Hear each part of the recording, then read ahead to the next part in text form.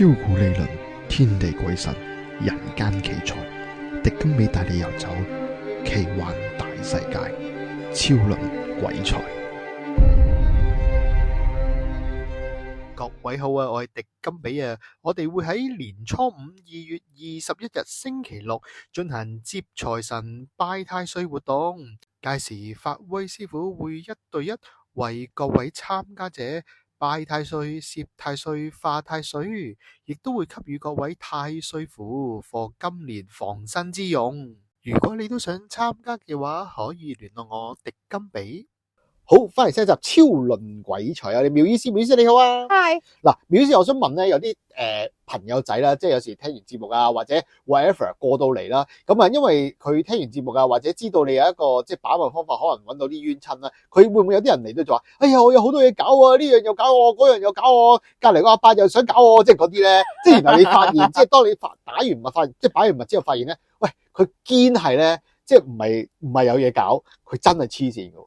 即係佢真係諗得太多，有冇呢啲人咧？有啊 think too much 啊。不過我澄清一樣嘢，唔係隔離個阿伯想搞啊，我係遇到一個客咧，佢係話隔離個阿嬸成日摸佢咯。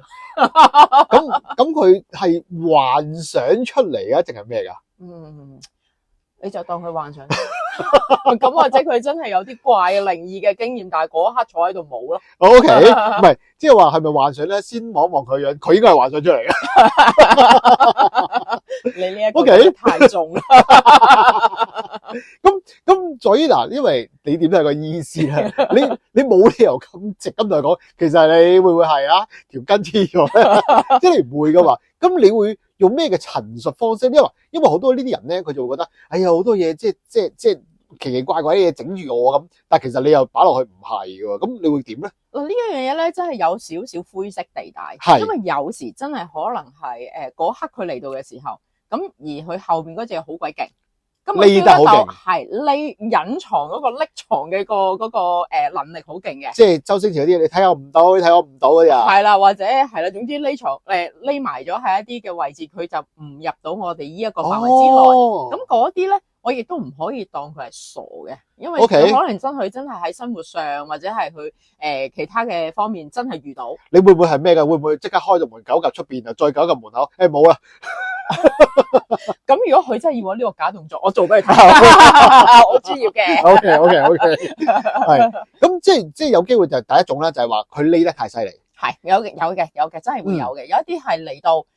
佢話俾我聽，哇！又話夜晚發惡夢啊，跟住又話唔舒服啊，又話成日好似俾人搣啊，跟住有人棘佢腳啊，有人掹佢背囊啊，或者係佢總之一匿埋就見到有個人喺個屋頂上面望住佢啊，嗰啲咁樣。好容易處理啫喎，我聽嚟嗱，佢話夜晚發惡夢嘛，日頭瞓覺咪得咯，係咪先？咪俾人掹背囊，唔孭背囊咪得咯。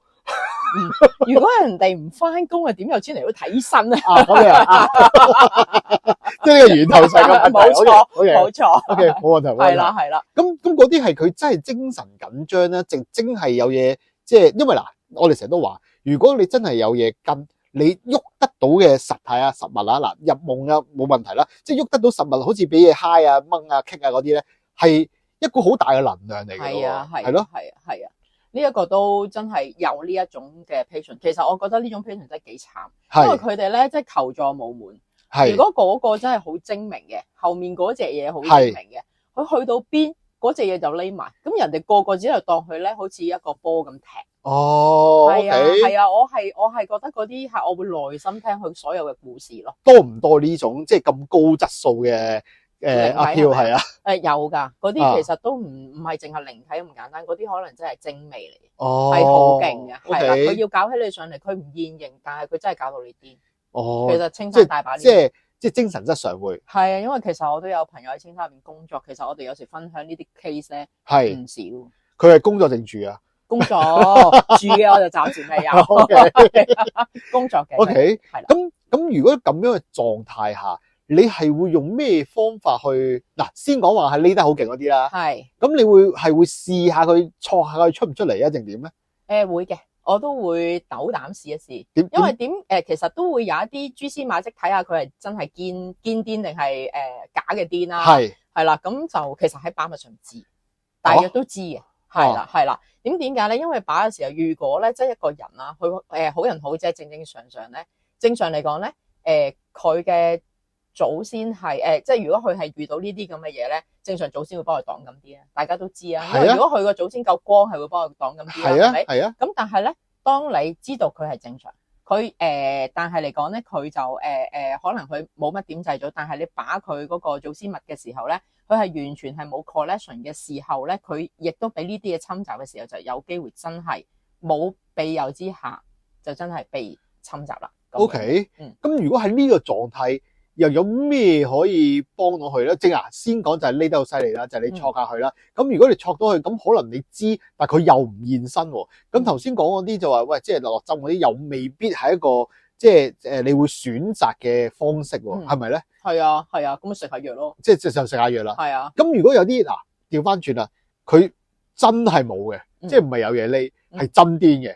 咁點咧？都係食下藥。唔係真癲嗰啲，你第一句問。你今日食咗藥未啊？係啊，因為除咗食藥咧，好似即係如果真係有啲呢個叫神經啊或者神經質嗰啲咧，其實會唔會係唔用藥可以用其他嘢可以幫到咧？唔係都要係同佢真係嗰個心靈度化嘅，係咁嗰種係要做下 healing 噶啦。哦，係啦，唔 OK 係話咁簡單就咁樣講兩句佢就唔癲噶嘛。係咯，唔係佢都積咗一段時間先去到癲噶，啱唔啱先？因為最驚佢深信真係有嘢搞。係啊，係啊，係，但係就普遍嚟講都比較多係真係有呢啲靈體去影響住。OK，係啦，係比較多嘅，即係真係有個 source，即係有個 source 會係影響住嘅。係啦，係啦，係。咁會唔會有啲話咩湯水啊？影完之後啊，個身勁啲啊，佢搞唔到你啊？有啲辟邪湯水噶嘛？呢個世界咩嚟㗎？辟邪湯水？咁呢一個我知啦，係咪嗰啲咩？成日話咩辟邪嗰啲石啊，即係黑曜石咧，用嚟浸水飲啊？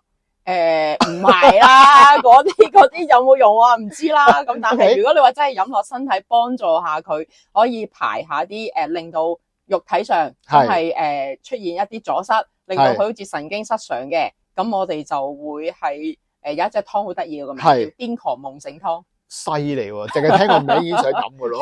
你要飲咩？癲狂，首先你係要癲狂先，係啊，要癲狂先嘅，係，仲要喺個癲狂入邊，你需要蘇醒啦，咁就冇錯啦，即係要咁樣嘅。但係佢呢種係真係，即係講真句，係醫癲狂，係醫黐線啦，即係醫過度活躍啦，即係佢真係要癲狂先飲。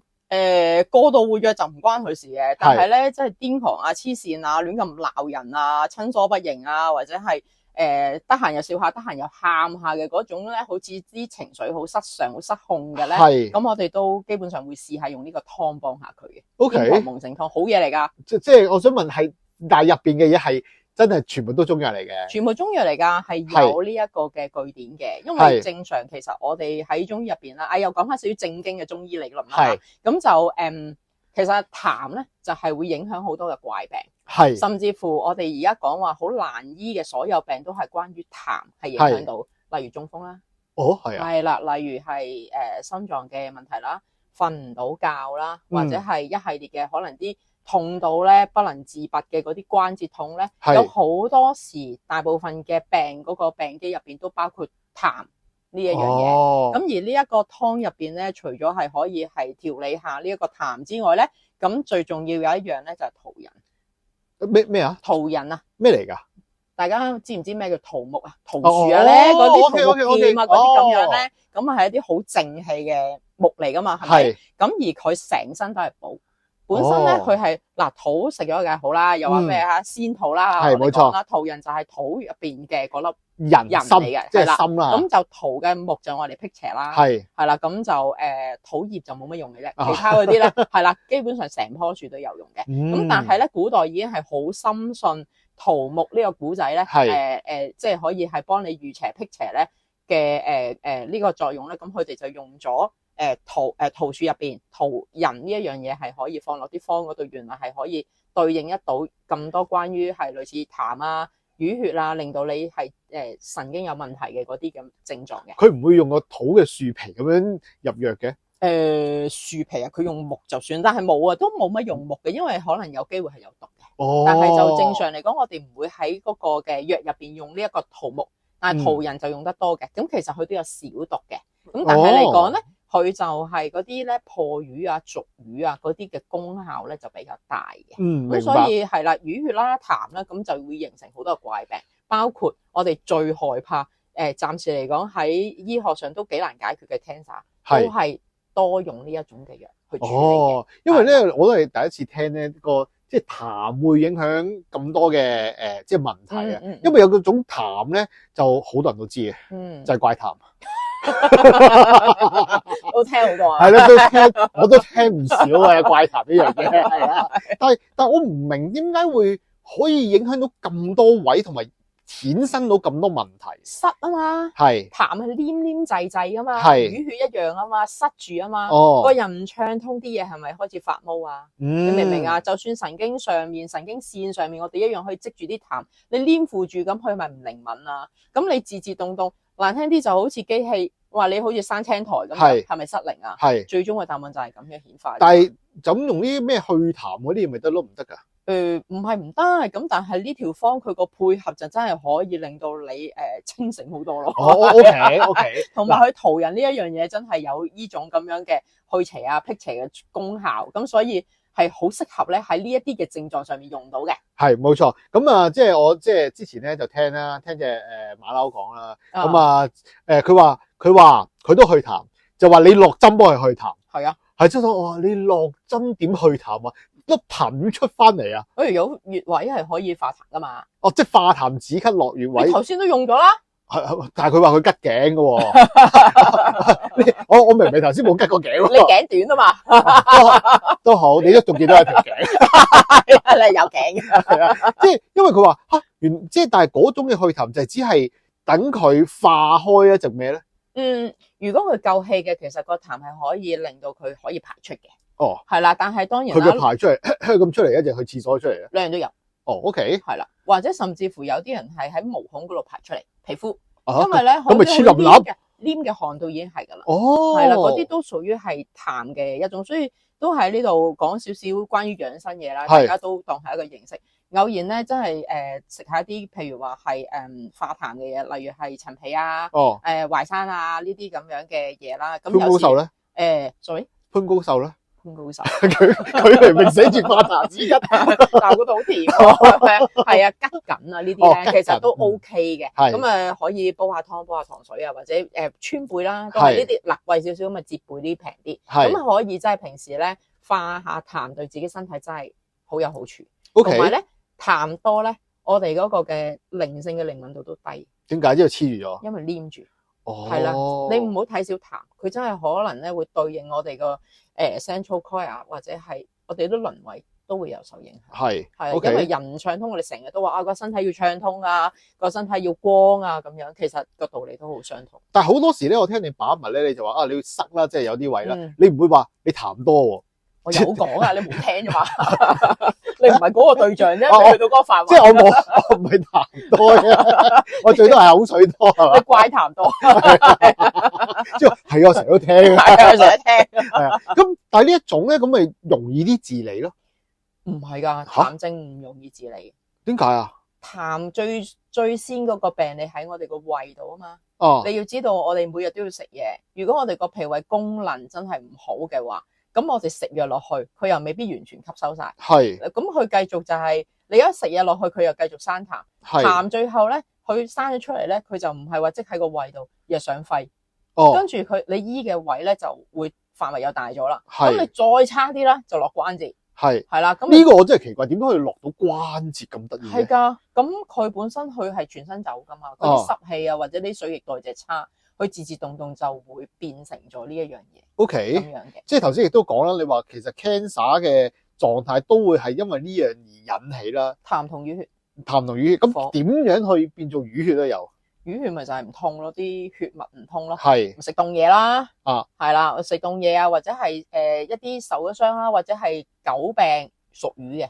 係啦，即係長期都係有病患嘅嗰啲，都係屬於淤血嘅體質，或者係個肝唔係好功能唔好嘅，都係好多淤血。另外就係情緒啦，氣鬱係啦，咁所以大家都要保持呢個情緒啊，比較穩定啲啊，開心啲咁樣會好。我成日都好 naive 咁去諗咧，淤血唔緊要啊，放血咪放咗出嚟咯。即係我嗱，因為放血就篤篤篤篤，然後去吸噶嘛，多數有淤血嗰啲吸出嚟啲血咧都偏黑色嘅，即係深紅都黑啦。咁如果嗰隻咧淨係呢種嘅方式下，呢種嘅方法係咪治標唔治本咧？啱啊，冇錯啊，係啊，你只係吸到某個穴位所帶出嚟嘅一啲淤血啫嘛，佢唔係完全嘅，同埋佢會重新會再積聚噶嘛，佢會再積聚，你唔會吸完之後永久噶，冇一個可以擔保你永久唔再生淤血。你只要難聽啲中個 Covid 啦，你都成個肺胃都有淤血啦，好多時去到 Covid 後期嗰啲咳亦都唔好，嗰個 patient 伸條脷出嚟，哇，點解成個胸腔嗰個舌象都係瘀色，根本上就係啲血嗰個運化得太差，就係咁搞成。因為我成日都係諗咧，因為血行全身噶嘛，我吸咗紮淤血，咁 suppose 個身體係會produce 翻一啲新嘅血出嚟，咁新嘅血咪唔淤血咯，即係雖然你可能去翻某個位又淤咁，淨係佢會沖一沖走第二啲嘅淤血沖翻出嚟，咁咪吸多幾下咪得咯。即係我好低能咁去諗呢樣嘢，咪冇㗎，佢撞啲淤嘅就吸一吸，就撞啲淤嘅吸一吸咯。但係你吸唔到咁多次噶嘛，係咪先？即係你有時係啦，嗰個穴位係咁啫，你冇理由300幾個穴位個穴位同你吸噶嘛。你可能食唔多，有啲人就會選擇可能某一啲大啲嘅穴位會放下啦，即係大陣，係啦，大陣嗰啲穴位放下，或者係一啲即係可能成日腳痛啊，喺啲位中啊嗰啲地方放下血咁樣。但係你冇可能話每一個細節位你都去放，同埋我哋喺西醫角度，我哋好多微細血管。咁嗰啲又如何放咧？咁嗰啲都一樣係會有機會積瘀，有機會係啲血唔到，咁就形成咗佢即係嗰邊嗰個循環差啊各樣。但係呢種淤血如果行深嘅話，咪好危險咯？危險㗎，危險㗎，所以咪就係我哋要多啲去化痰咯，唔好等佢咧變成咗我哋嘅阻塞，變成咗淤血，或者我哋係喺身體調理上面真係要多少少關注啦。但係我有時咧聽人哋講話咩揾啲飲啲咩陳皮水啊，即係嗰啲咧，即係去痰啊嗰啲咧，佢話，有啲人話，表面嘢嚟嘅啫，其實都唔係點去到咁。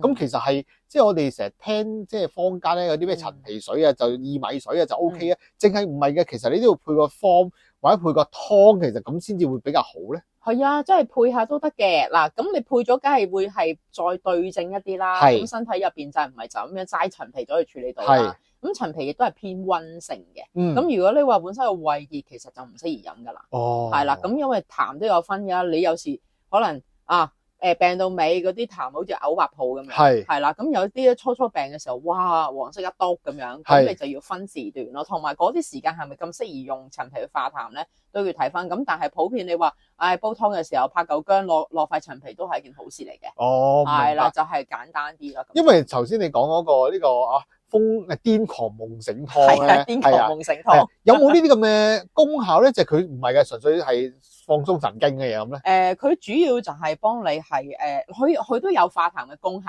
佢係化痰同埋去瘀嘅功效比較居多，同埋佢係透過呢一種嘅狀態，令到你個人嘅血脈咧暢通翻，跟住令到嗰個人係精神翻嘅，同埋就因為呢啲咁嘅阻塞少咗咧，咁我哋嗰個嘅人嘅清醒度就有望啦。即係醒翻啊！醒翻夢醒啊嘛。OK。但係呢種嘅即係頭先嗰啲湯啊咁嗰啲咧，會唔會話其實你瞓覺前先好飲啊？因為夢醒啊嘛，淨係你唔係醒咗先好飲咧？即係瞓醒先飲。我建議日頭飲。即係會唔會人哋飲完之後，我心跳特別加速嗰隻？即係會有都會嘅，都會有可能嘅。因為如果佢真係塞得太犀利，而個份量咧喺佢身體入邊咧產生抗拒，咁又或者根本佢後面嗰隻嘢根本唔想去飲。一樣係唔得，佢唔想去飲就煲完之後唔知點解會打死咗，係啦，打死咗啊！咦，點解可能就係咩都落晒？咦，點解我淨係漏咗途人啊？即係點解落晒啦？點解落晒之後倒出嚟飲咯？未煲原來係啊，嗰啲咁樣各樣都會有發生嘅。咁但係呢條方係真係可以幫到嗰啲頭先所講嘅症狀嘅人咯。OK， 係啦，好啦，咁如果我再即係問多少少啦，如果你話喂。即係桃仁咁有效啦，但係冇得就咁齋食嗰啲，好似杏仁咁食咁呢嚿嘢係一定係都係要入藥先至咩啊？淨係你話唔係嘅，其實你食桃咧都已經有好處噶啦。我食桃好似長壽嘅啫，同埋如果真係現代醫學咪私家身咯。係有鋅啊嘛，其實對嗰個脾胃都或者係對個吸收都係好嘅。我諗住即係個桃除咗長壽，我諗住食壽桃牌可能都有好處啊，仲有面添。嗱咁啊，即係大家都即係會首先啊，都係嗰句，即係你話我自己可唔可以純粹攞支方或者喺網上 download 嗰個份量就自己做咧？其實我都係覺得 check 咗咩問題先。冇錯啊，唔好立亂飲啊。係啊，因為有啲聽眾咧，有時都係好搞笑嘅。之前咧有啲聽眾咧聽完呢個鬼門13針咧，咁啊自己去 search 喎，之後咧，然後咧就心諗其實我可唔可以自學嘅咧？係啊，即係話咁啊，我又唔可以否定你嘅天賦嘅，不過你唔好話你識咯，唔好亂嚟，唔好亂。係啊，係啊，因為好多咧都要睇翻你自己嘅狀態啦，你適唔適合啦，或者喂有時有啲嘢，喂睇下你個底黑藍即係寒啊，就係熱底啦，喂用嘅嘢唔同噶嘛。係啊，唔好亂嚟，真係係啊，同埋即係再講多少少啦，就係嗱妙醫師咧，其實咧唔係你話行過嚟睇完兩眼落下兩下針就 OK 冇事，即係唔係嘅，冇咁神嘅。佢係一個醫師，佢都係一個 treatment， 即係你俾個十天藥你唔該你食晒10天藥啦，係啊，即係如果你食完2天之後，應該冇嘢噶啦，咁係唔得噶，即係大家你要明白，即係就等於西醫同你講過有類固醇嘅，咁都要食晒噶啦，係咪？抗生素係啦，抗生素嗰啲你都食晒噶啦，係咪？咁你冇辦法噶，係咪？冇錯。所以有時即係有啲比較 naive 咧，聽完之後，應該一次搞掂噶啦，係啊，即係我估妙醫師都有，即係有啲上嚟嘅聽眾咧都會話，應該係一嘢得噶啦，我諗。係有啲真係會咁樣問我噶，係啊，咁我咪話翻俾佢聽，身體其實冇可能啦，你飲嗰包咁樣嘅藥粉，咁一飲就掂嘅，咁唔使嚟呢度噶啦，去黃大仙揾我啦。OK， 即係妙大仙啊，佢就 OK， 所以大家即係要有一個心態，其實即係你話嚟妙醫師度 check 到都係要循序漸進地要食藥嘅，係啦，只係佢可以 check 到係更多嘅原因去即係點樣去解決嘅啫，係啊，所以千祈唔好諗即係神仙嗰啲 friend 咧，係啊，所以千祈唔好咁諗，係啦，咁啊，如果嗱我可以話隻湯個材料俾大家聽下嘅，如果大家有興趣嘅話，不過或者你自己 AI 都得㗎，我而家豆爆嗰啲 AI 都有㗎，係啊，咁啊，如果有興趣即係覺得自己有冇需要嘅話咧，就可以約下妙醫師傾下嘅。好啦，咁啊，今集時間差唔多啦，多謝晒妙醫師同我哋分享，我哋下集再見，拜拜。